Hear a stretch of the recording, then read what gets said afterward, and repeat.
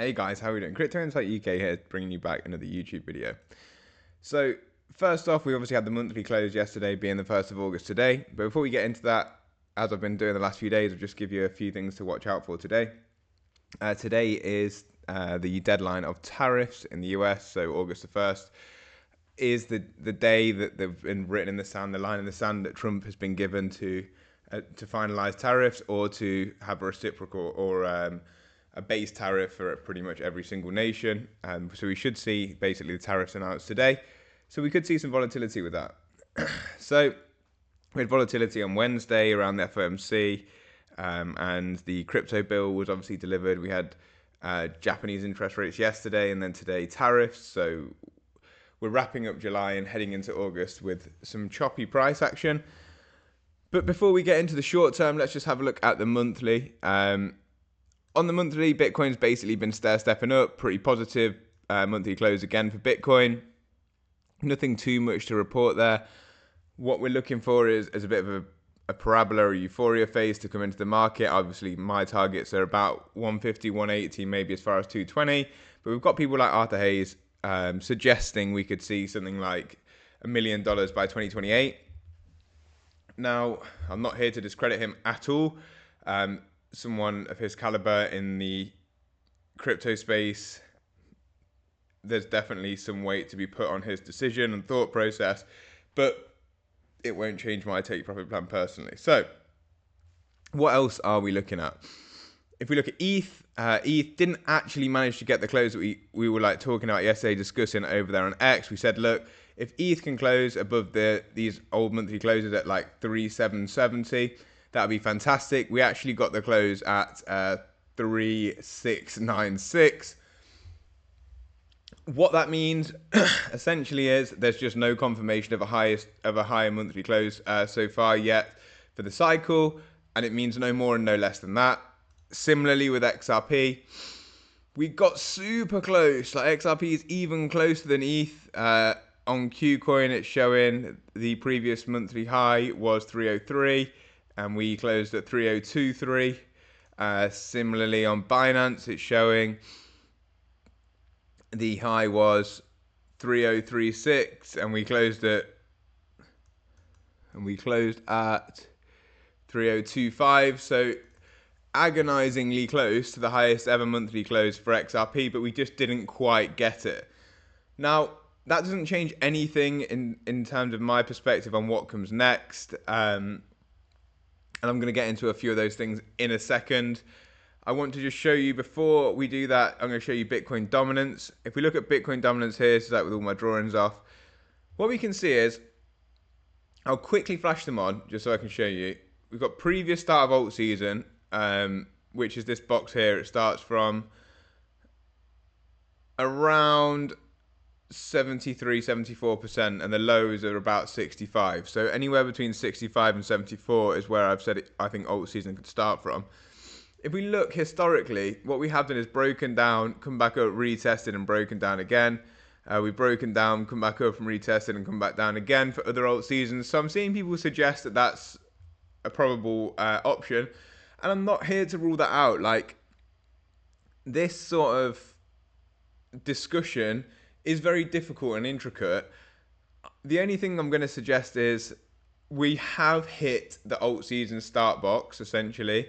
We've had a significant pullback in Bitcoin dominance matched with volume and getting the bearish cross from an overextended area on the monthly.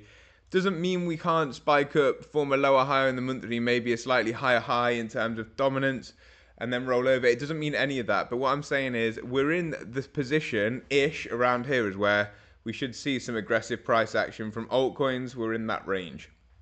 That's what I've been trying to highlight. And I presume my base case would be that we've probably started alt season, and this is, but either way, the allocation to altcoins at this point in the market should be the majority of your portfolio. It has been mine anyway, but it should be the majority of your portfolio, because what are you going to gain? An extra 10, 20%? Most, you're going to get 20% extra out of Bitcoin.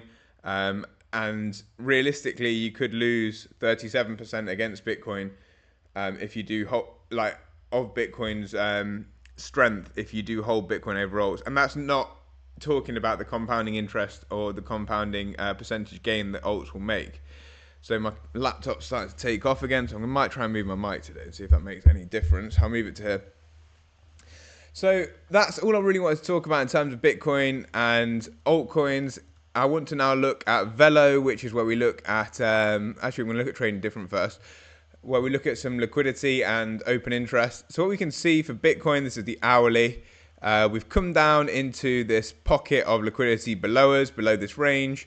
We have liquidity now above us as well, but there is more liquidity now building at 106k. So do we get the flush down to 106k? I don't know. From here, that's roughly a further 7% move. We've discussed the potential of like a 10% drawdown on things like Ethereum based on where ETH's liquidity is sitting. So could we see ETH come down and take this liquidity here? 7% there for ETH potentially. Similarly on XRP, there is liquidity down there as well. It's not what we want to see, but is it like one final flush before we start to head higher, maybe with a wick?